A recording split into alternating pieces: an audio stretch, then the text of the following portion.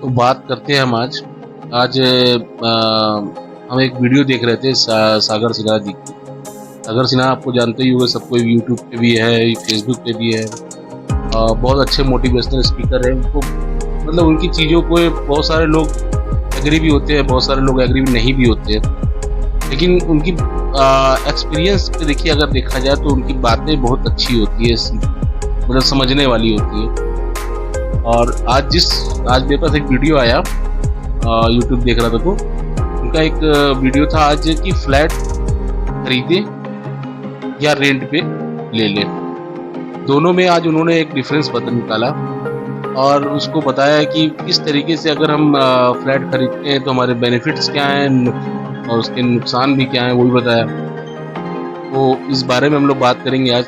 सागर सिन्हा के हिसाब से देखा जाए तो अगर मार्केट है, अगर मार्केट में किसी चीज़ की ज़रूरत ना, किसी चीज़ की मतलब कोई चीज़ अगर सबसे ज़्यादा तादाद में हो, हाँ, जैसे फ्लैट तो अनलिमिटेड है, फ्लैट तो बहुत ज़्यादा, मतलब अगर बिल्डर से अगर आप फ्लैट खरीदते हो तो फ्लैट तो हमेशा, मतलब कोई बिल्डर आपको बेचेगा, उसके बाद फिर नया ज़मीन लेगा, वो बनाएगा, बनाता ही रहेगा, कभी ख़त्म नहीं होगा।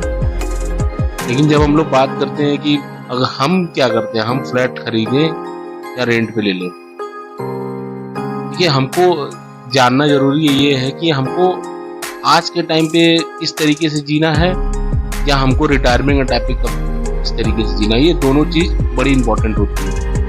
अगर हम ये चार समाज में ये दिखाने वाले हैं कि हाँ हमारे पास घर है, कार है, सब कुछ है और हम अच्छा कमा रहे हैं, तो ये आपको एक क्लियर बता दूं कि प्राइवेट नौकरी जो होती है ना, ये मतलब ड्यूरेबल नहीं होती है।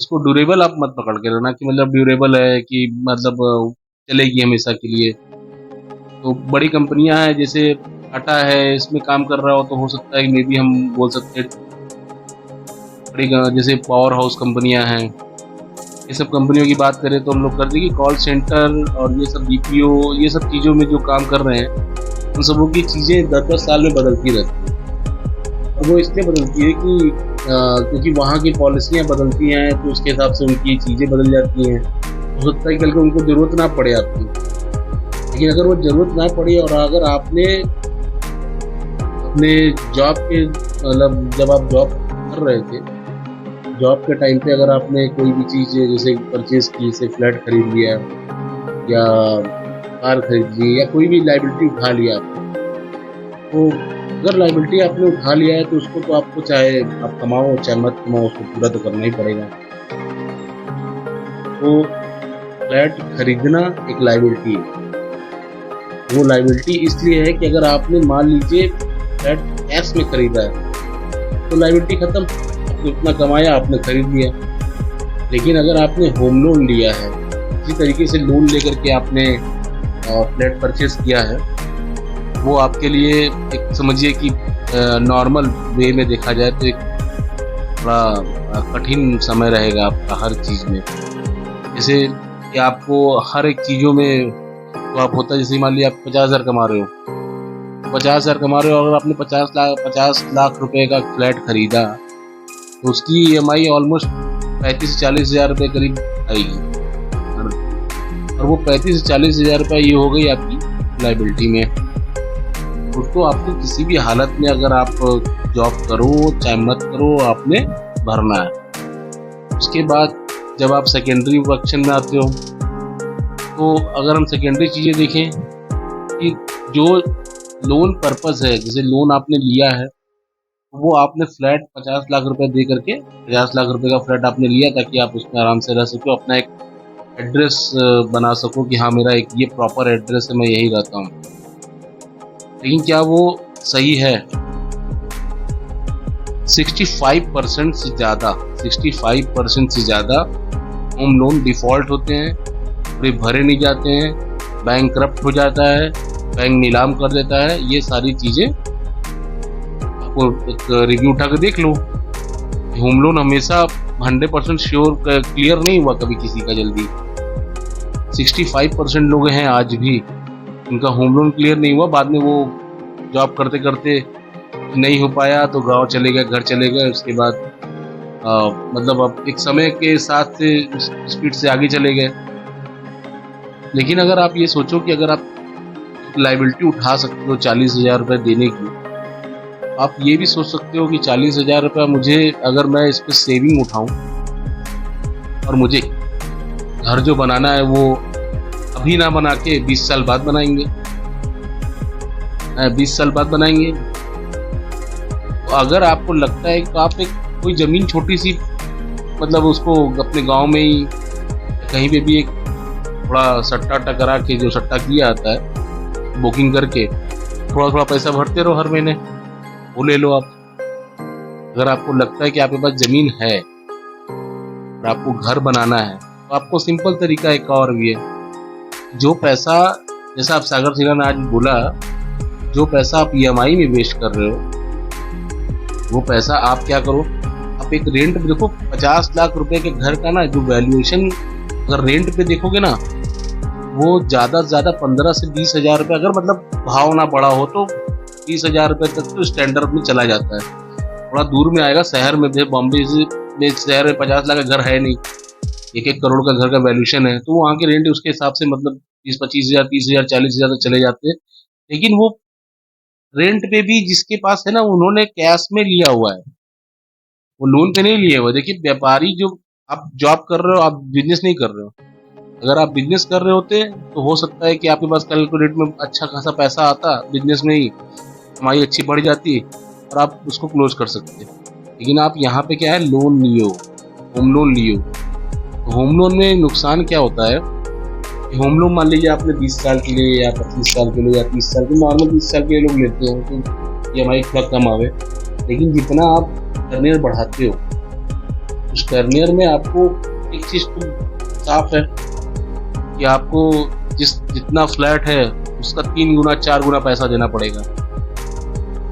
50 लाख रुपए का आज सागर सिन्हा सर ने बताया कि 50 लाख रुपए का लगभग 2.38 करोड़ रुपए, मतलब कि आप लगभग 2.5 करोड़ के आसपास आप रुपया दे चुके हो 30 साल में। और रियलिटी ये है कि 2.5 करोड़ रुपए आपको उस घर का ना मिल भी नहीं पाएगा, कभी जिंदगी में मिल पाएगा।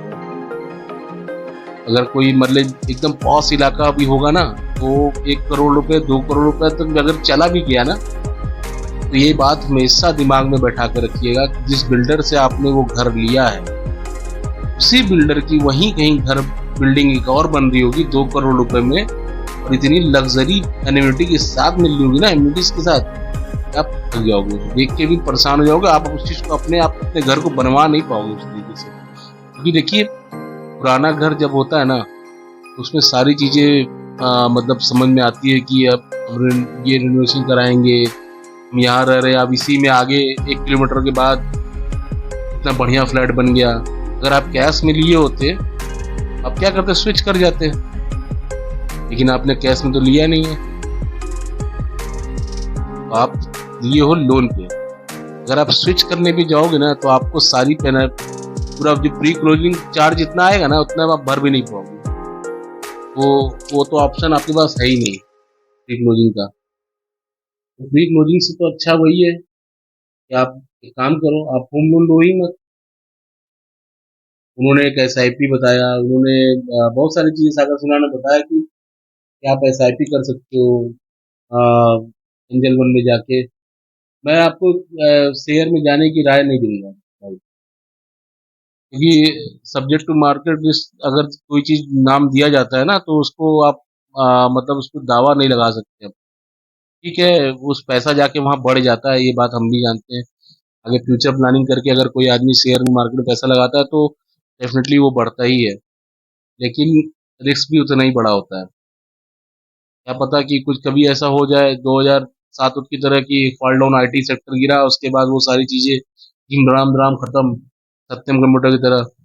तो उसकी गारंटी तो नहीं ले सकता कोई भी। लेकिन हाँ, इतना कह सकते हैं आपको कि आप अपनी फंडिंग को, आप सेविंग को भी आप बैंक में सिक्योर कर सकते हो। हर महीने बैंक के ही रिकरिंग में फिक्स डिपॉजिट में डाल दो, ठीक है, कम मिलेगा लेकिन सिक्योर रहेगा।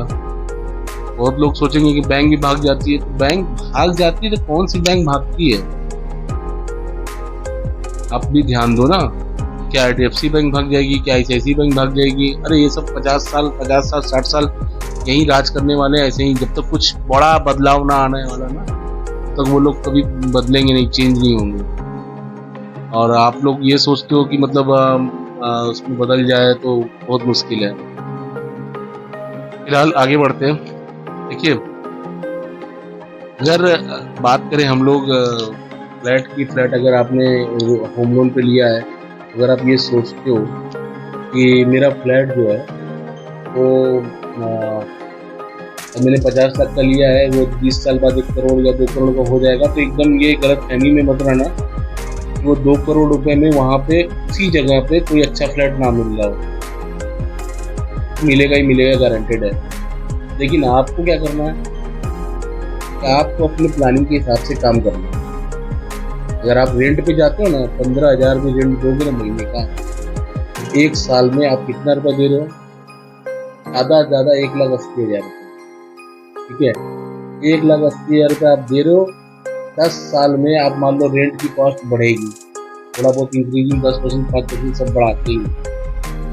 अगर 10% 5% बढ़ा के भी अगर आपके पास रेंट जो है ना 10 साल में अगर वो 40,000 तक भी चला गया, तो 10 साल में आपकी इनकम भी 40,000 पे जो है वो 50,000 की जो है 1 लाख रुपए तक चली जाएगी। तो आपको उसको कोई फर्क नहीं पड़ेगा। लेकिन फर्क नहीं पड़ने की वजह से जो चीज आप नुकसान देने वाले हो ना अपने आप को, कि मतलब हम देखो, एक समाज से ना, आप पहली बात तो ये जो 4 लोग का समाज है ना, इसमें आप एक चीज बांध के रखो कि किसी को दिखाने मत जाओ, कुछ होने वाला है नहीं। सब अपना जिएंगे और खाना मारने का काम सब कोई करता है। क्या बनाए, सवाल जो उठता है ना, क्या बनाए, ये सवाल से ज्यादा इम्पोर्टेंट जब होता है क्या चीज, क्या बचाए। जब आप बचा लोगे तो आप बना भी लोगे। तो बचाना सीखो, शायद उसी से कुछ बनाया जा सकता है। घर बनाना है ना आपको, घर बना लोगे आप, बहुत आसानी से घर बना लोगे, लोन बिना लिए बना लोगे आप।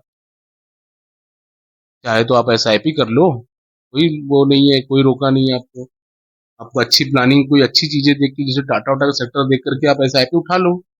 इसी बहुत सारे SIP के हैं, एंजल वन वाले खुद बहुत सारे चीज वो लोग बताते हैं कि आप ऐसे SIP कर सकते हो उसमें। तो वो लोग भी बता रहे हैं, देखो शेयर कभी खत्म होने वाला है नहीं, शेयर मार्केट कभी खत्म होने वाला है नहीं। वो तो समझ लो कि एक रीढ़ की हड्डी है भारत की। भारत क्या, पूरे वर्ल्ड में सब कोई इस चीज पे डिपेंड है। तो कहीं ना कहीं तो उसका एक मेजर पॉइंट तो खड़ा ही रहेगा कि हाँ ठीक है, अगर मान लीजिए आपने कोई आज भविष्य में प्लानिंग करके कोई आप हर महीने 10,000 रुपये भी डाल रहे हो, तो 10,000 रुपये को आप आने वाले फ्यूचर में ना SIP भी करके भी ना, आप लिख के देता हूँ कि आप 1-2 करोड़ रुपये कमा लोगे उससे 20 साल बाद, 30 साल बाद में। लेकिन अभी ये जो चल रहा है ना, अभी जो होम लोन के चक्कर में अगर कोई फंसता है, फिर ये याद रखो कि आप जितने का घर है उसका 3 गुना पैसा आप देने वाले हो, चाहे आप कितने भी अमाउंट का ले लो।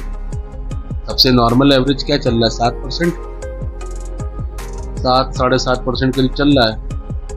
इसको भी, और ये भी एक याद रखना कि ये 7% आया कहाँ से? 5% से बढ़ के 7% आया है। जो लोग 30 साल का लोन लिए हैं ना, उनसे पूछो, उनका 5% नहीं चल रहा है आज का रेट में, 7% ही रेट चल रहा है। हो गया है कि EMI उतनी ही है, लेकिन उनके टर्नियर में बढ़ गई, मतलब उनका जो 30 साल का है 32 साल का हो गया, 2 साल बढ़ गया, 3 साल बढ़ गया।